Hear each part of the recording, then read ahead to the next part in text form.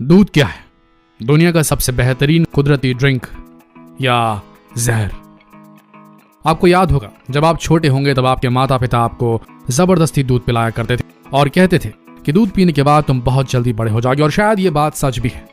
तभी तो आज दूध को दुनिया का सबसे न्यूट्रिशियस प्रोडक्ट माना जाता है और हम आज भी इसे पीते आ रहे हैं। लेकिन आपको बता दें कि दुनिया की एक बड़ी आबादी ये भी मानती है कि दूध पीने से कैंसर जैसी घातक बीमारियां होती हैं, और यहाँ तक कि ये भी देखा गया है कि कुछ लोगों को दूध पीने के बाद शरीर में एलर्जियां शुरू हो जाती है। सोचने वाली बात यह कि आखिर ऐसा क्यों होता है? क्यों दूध किसी के लिए फायदेमंद साबित होता है और कुछ लोगों के लिए अभिशाप बन जाता है? देखा जाए तो दूध को लेकर इस दुनिया में सभी की अलग अलग धारणाएं, अलग अलग ओपिनियंस हैं। इसीलिए आज इस वीडियो में हम आपको ये बताएंगे कि दूध पीना क्या वाकई में फायदेमंद है या नुकसानदायक भी हो सकता है। क्या वाकई में दूध एक सफेद जहर है या इंसानों के लिए एक वरदान? इस दुनिया में कुछ लोगों का ये मानना है कि दूध उनके लिए वरदान है, ये शरीर की हड्डियों को मजबूत करता है और बच्चों का विकास करता है। लेकिन वहीं कुछ ऐसे लोग हैं जो मानते हैं कि दूध पीने से कैंसर जैसी खतरनाक बीमारियां होती हैं और इंसान की मृत्यु भी जल्दी हो जाती है। अब सोचने वाली बात है कि इनमें से कौन सा सही और कौन सा गलत? देखा जाए, जब इंसान का बच्चा पैदा होता है तो उसका सबसे बेस्ट फूड जो होता है वो होता है दूध, क्योंकि किसी भी नवजात शिशु का डाइजेस्टिव सिस्टम इतना स्ट्रांग नहीं होता कि वो चावल दाल रोटी पचा ले, और ना ही उसके दांत होते हैं। इसीलिए कई महीनों तक उसे दूध का ही सेवन करना पड़ता है। बेसिकली देखा जाए तो दूध ही वो फूड प्रोडक्ट है जो बच्चों को ग्रो होने में मदद करता है, क्योंकि दूध में फैट, विटामिन, मिनरल और लैक्टोज होता है। और इन सब के अलावा दूध में कई एंटीबॉडीज और प्रोटीन्स पाए जाते हैं जो शरीर को तमाम बीमारियों से और इन्फेक्शन से दूर रखते हैं और शरीर के इम्यून सिस्टम को मजबूत बनाते हैं।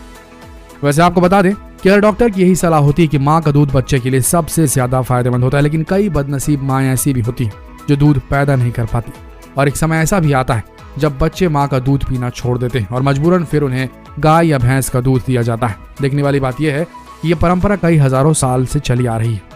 आज से कुछ 11,000 साल पहले जब हमारे पूर्वजों ने खेती किसानी सीखी थी, तब उन्हें पता चला था कि बकरी, भेड़ और गाय भैंस के दूध का भी सेवन किया जा सकता है। और यही वह समय था जब डेयरी प्रोडक्ट्स की शुरुआत हुई थी। उन्हें पता चल गया था कि दूध देने वाले पशु फालतू की चीजें खाते हैं, लेकिन उनसे मिलने वाला दूध बहुत ही फायदेमंद और स्वादिष्ट होता है। इसी वजह से जब भी उन्हें खाने के लिए कुछ नहीं मिलता था तो वो अपनी सर्वाइवल के लिए, हमारे पूर्वज जो थे वो लोग दूध का उपयोग किया करते थे। आपने एक बात पर जरूर गौर किया होगा कि बच्चे बड़ी आसानी से दूध पचा लेते हैं, लेकिन कई वयस्क यानी कि अडल्ट्स आज भी दूध आसानी से नहीं पचा पाते। इसका कारण यह है कि छोटे बच्चों में लैक्टेज नाम का एक एंजाइम पाया जाता है जो दूध के शुगर लैक्टोज को आसानी से तोड़ देता है और दूध को पचाने में मदद करता है। लेकिन जैसे जैसे इंसान की उम्र बढ़ती है, शरीर इस लैक्टेज एंजाइम को इतना प्रोड्यूस नहीं कर पाता, और होता यह है कि एक वयस्क इंसान को दूध पचाने में बड़ी मेहनत करनी पड़ती है। आपको ये बात जानकर हैरानी होगी, लेकिन आपको बता दें कि दुनिया में 65% ऐसे बच्चे की आबादी है जिनमें पैदा होने के बाद यह एंजाइम नहीं होता, जिसका सीधा मतलब है कि ये बच्चे दिन भर में 150 मिलीलीटर से ज्यादा दूध नहीं पचा सकते। लेकिन ऐसा नहीं है कि हर देश के बच्चों के साथ ये परेशानी। आपको बता दें कि कुछ एशियाई देशों के बच्चों में 90% तक लैक्टेज एंजाइम पाया जाता है। वहीं अगर हम नॉर्थ यूरोप या नॉर्थ अमेरिका की बात करें तो वहां के बच्चों में एंजाइम बहुत ही कम प्रतिशत में पाया जाता है। देखा जाए तो एशिया के बच्चों में और अमेरिका के बच्चों में लैक्टेज की ये मात्रा में इतना अंतर सिर्फ और सिर्फ हमारे पूर्वजों की वजह से है। प्राचीन समय में जब खेती का इवोल्यूशन हुआ तब लोगों ने शिकार छोड़कर अपना पूरा ध्यान खेती पर केंद्रित कर दिया और दूध ही उनका मुख्य आहार बन गया, जिसकी वजह से हमारे पूर्वजों के जीन्स में बदलाव हुए और दूध पचाने की क्षमता उनमें बढ़ गई। और यही वजह है कि आज एशिया के बच्चों में लैक्टेज की ज्यादा मात्रा पाई जाती है। देखा जाए तो दूध प्राचीन समय से हमारे लिए एक वैल्यूएबल प्रोडक्ट रहा है, और यही वो डेयरी प्रोडक्ट है जिसने हमारे पूर्वजों को मुश्किल समय में साथ दिया था। लेकिन उसके बाद भी देखा जाए तो आज दूध को लेकर कई अलग अलग ओपिनियन है और आज के समय में ये एक बहुत ही बड़ा विवाद का मुद्दा बन चुका है। दूध का विरोध करने वालों का मानना है कि दूध पीने से कैंसर, कार्डियोवैस्कुलर डिसीज और एलर्जी जैसी बीमारियां होती हैं। वहीं कुछ स्टडीज में पाया गया कि दूध और ब्रेस्ट कैंसर में गहरा संबंध है। जब इसका मेटा एनालिसिस किया गया तब कैंसर के कोई भी सबूत हासिल नहीं हुए। इसके अलावा आप सभी जानते हैं कि दूध में कैल्शियम की मात्रा बहुत अधिक होती है और स्टडीज में पाया गया कि दूध कोलन कैंसर से बचाव भी करता है। वही स्टडी में कहीं कहीं ये पाया गया कि उन लोगों को प्रोस्टेट कैंसर होने की ज्यादा संभावना होती है जो दिन भर में 1 लीटर से ज्यादा दूध का सेवन करते हैं। लेकिन उसके बाद भी स्टडी में ऐसे कोई पुख्ता सबूत अभी तक हासिल नहीं हुए। वहीं कुछ शोधकर्ताओं का ऐसा मानना है कि अगर कोई इंसान 100 से 250 मिलीलीटर दूध रोजाना सेवन करता है तो उसे कैंसर होने का कोई खतरा नहीं होता। वहीं कुछ एक्सपर्ट्स का यह भी मानना है कि दूध पीने से दिल की बीमारियां हो सकती हैं, दिल का दौरा आ सकता है लेकिन मेटा एनालिसिस में पाया गया कि दूध पीने से दिल पर किसी भी तरह का कोई इम्पैक्ट नहीं होता। देखा जाए तो दूध को लेकर कई शोधकर्ताओं ने अपने अपने तथ्य रखे हैं।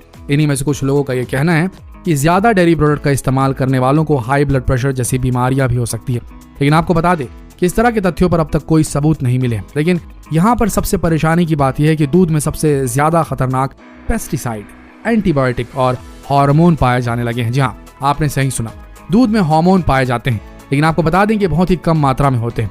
वैसे आपको बता दें कि दवाई की एक गोली में बहुत ज्यादा हार्मोन होते हैं। ये उतने ही हार्मोन होते हैं जितना 5000 लीटर दूध में मिल सकता है, लेकिन जब ये हमारे डाइजेस्टिव सिस्टम में उतरते हैं तो ये पूरी तरीके से नष्ट हो जाते हैं।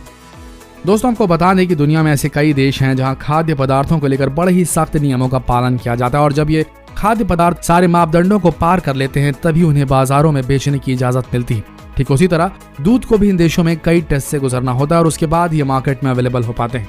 तो देखा जाए तो दूध कोई हानिकारक चीज नहीं है, वो भी तब तक जब तक लोगों को इससे एलर्जी ना हो या दूध को पचाने की शक्ति उनमें समाप्त हो गई हो।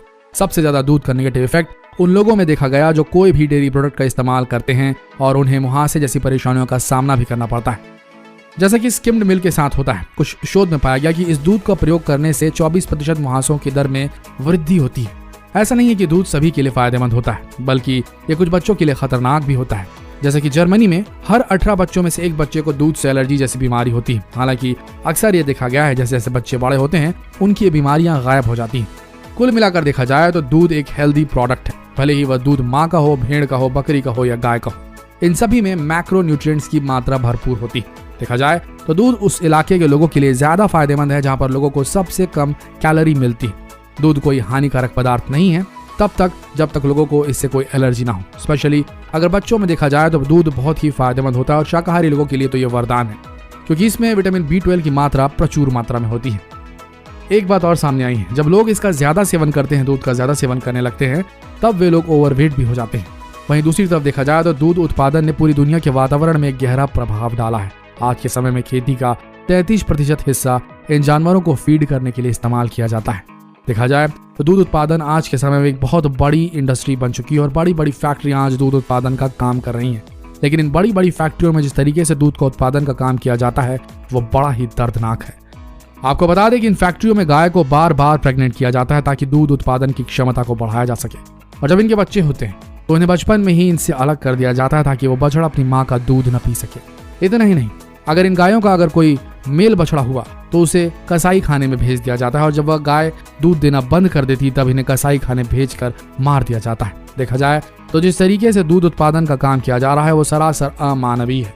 लेकिन अब सवाल ये उठता है कि दूध का ऐसा कौन सा सब्स्टिट्यूट है जो दूध की बराबरी कर सकता है। तो आपको बता दें कि सोयाबीन का दूध एक ऐसा प्रोडक्ट है जो दूध की बराबरी कर सकता है।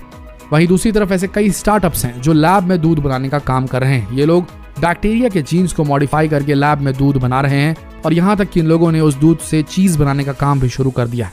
देखा जाए तो पौधों से भी दूध का एक ऑल्टरनेटिव खोजा जा सकता है, लेकिन आपको बता दें कि इन पौधों में केसीन और वे प्रोटीन नाम के तत्व नदारद रहेंगे, इसीलिए पौधों से दूध का ऑल्टरनेटिव खोजना नामुमकिन है।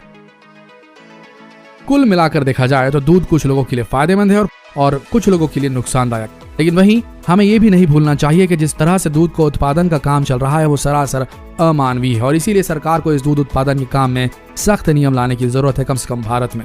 वैसे हम आपसे एक सवाल पूछते हैं, क्या आप आसानी से दूध पचा पाते हैं या आपको कोई समस्या होती है? कमेंट सेक्शन में जरूर लिखें, इससे एक और अंदाजा हो जाएगा कि भारत में लैक्टोज इंटॉलरेंस कितनी ज्यादा मात्रा में।